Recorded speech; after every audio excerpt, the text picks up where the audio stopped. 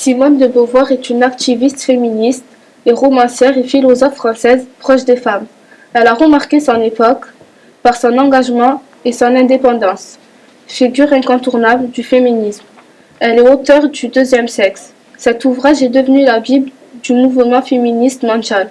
Dans les années 1970, elle participe au mouvement féministe et milite pour la cause des femmes. Son livre est au cœur de toutes les discussions. Elle signe le manifeste des 343 pour la liberté de l'avortement et préside de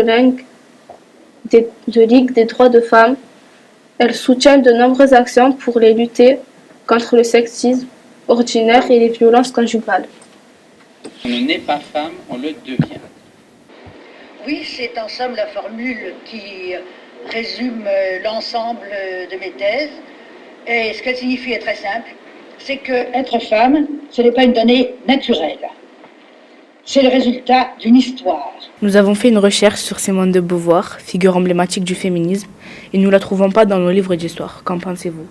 Alors, je pense que c'est dramatique que Simone de Beauvoir, le Deuxième sexe, son travail sur le féminisme n'apparaissent pas dans le livre d'histoire alors que c'est une grande résistante.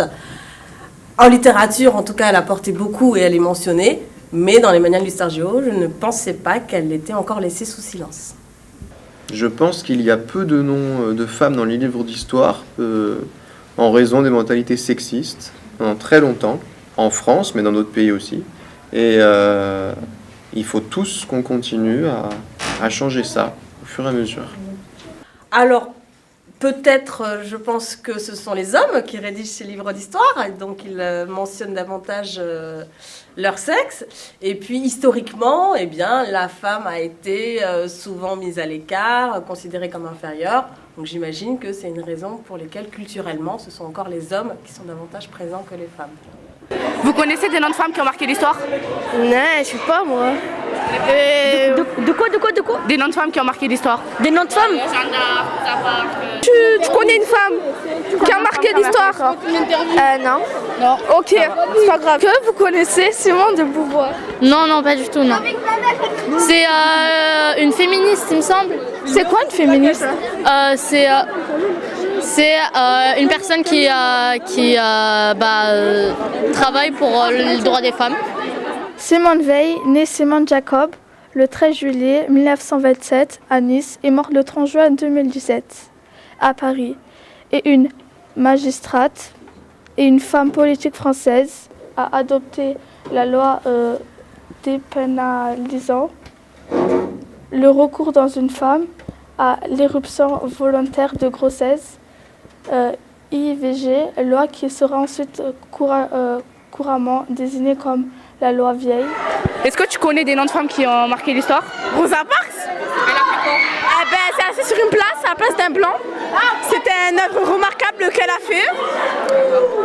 C'est tout? Rosa Parks, c'est une femme, c'est quelqu'un qui a fait un truc pour l'humanité. Rosa Parks est une femme afro-américaine, figure emblématique de la lutte contre la ségrégation raciale aux États-Unis, surnommée mère du mouvement des droits civiques. Par le Congrès américain, elle est devenue célèbre le 1er décembre 1955 à Montgomery, à Alabama, en refusant de céder sa place à un passager blanc dans l'autobus conduit par James Black.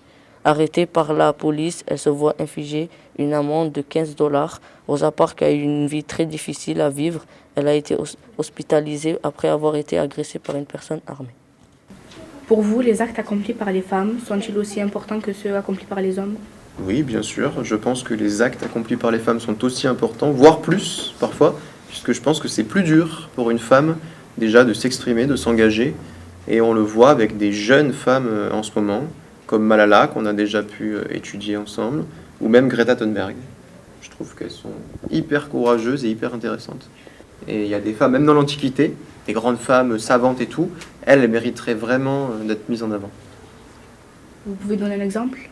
Oui, par exemple, on a fait un film sur elle, c'est Hypasie, une grande astronome comme ça dans l'Alexandrie grecque du IVe siècle. Ou alors, je pensais aussi à quelques femmes savantes parfois, humanistes, tu vois, à la fin du Moyen-Âge. C'est dommage, on voit toujours que des hommes, ça c'est vrai. Oui, bien sûr, vous avez Jeanne d'Arc dans l'histoire qui a pu marquer l'histoire. Vous avez plein d'auteurs féminins comme Yasmina Reza. En fait, dans ma salle de classe, j'ai mis des noms d'auteurs féminins justement pour que les élèves puissent découvrir ces noms de femmes qui sont souvent, comme vous le dites, laissées dans l'ombre. Donc oui, toutes ces femmes, vous avez mentionné Simone de Beauvoir, vous avez en effet énormément de personnes qui ont marqué l'histoire et qui sont de sexe féminin. Alice Guy est la première femme cinéaste. Elle est née le 1er juillet 1873 en France et est morte le 24 mars 1968 à l'âge de 94 ans. Elle est réalisatrice, scénariste et productrice. Elle créa un film en 1906 où les rôles sont inversés. Les hommes se comportent en femmes et les femmes en hommes. Virginia Stephens est née en 1882 à Londres. Élevée dans une famille cultivée de la société victorienne, Virginia passe des heures à lire dans la bibliothèque familiale. Elle se marie avec l'un des membres, Leonard Woolf. En 1812, elle publie son premier roman, La traversée des apparences, en 1915. Paru en 1919, La chambre de Jacob en 1922 et publie son chef-d'œuvre Monsieur Dolwen en 1925. C'est un grand succès. Trouvez-vous qu'aujourd'hui, la situation de la représentation des femmes dans la sphère publique a évolué ? Oui, je pense qu'elle a un peu évolué par rapport aux décennies précédentes. Il y a quand même des choses encore dans la sphère publique qui suscitent encore cette inégalité ou qui reflètent en tout cas cette inégalité. Franchement, la représentation des femmes dans la sphère publique a évolué. On les entend plus, je pense qu'on leur laisse plus de place. On voit quand même des femmes maintenant qui sont chefs d'entreprise et je pense qu'il faut les montrer, les médiatiser. Ouais, pas que ça devienne une caricature, mais plutôt un symbole. Je pense que c'est important. Frida Kahlo, née le 6 juillet 1907 au Mexique. Elle est morte en 1954 à 47 ans. C'est une artiste peintre mexicaine. On ne peut pas comprendre son œuvre sans connaître la femme. Issue de la classe bourgeoise, mais militante au parti communiste. Féministe, convaincue dans un pays machiste. Mystique née en 1956. Mystique grandit dans le 18e arrondissement de Paris, puis à Orly. En 1985, elle réalise ses premiers pré-choix sur les murs de la ville. Elle est la première femme artiste du street art. L'art du graffiti est un art visible dans la rue. Son travail est reconnu en France et dans le monde. On connaît une seule, on sait tous, c'est Malala. Malala? Qu'est-ce qu'elle a fait, Malala? Elle a donné la liberté aux femmes. Oui, Malala! Je sais pas. Elle a reçu 3 balles et elle a reçu le prix Nobel. Oui, elle a reçu 3 balles sur elle et elle a reçu le prix Nobel après. Dans la tête.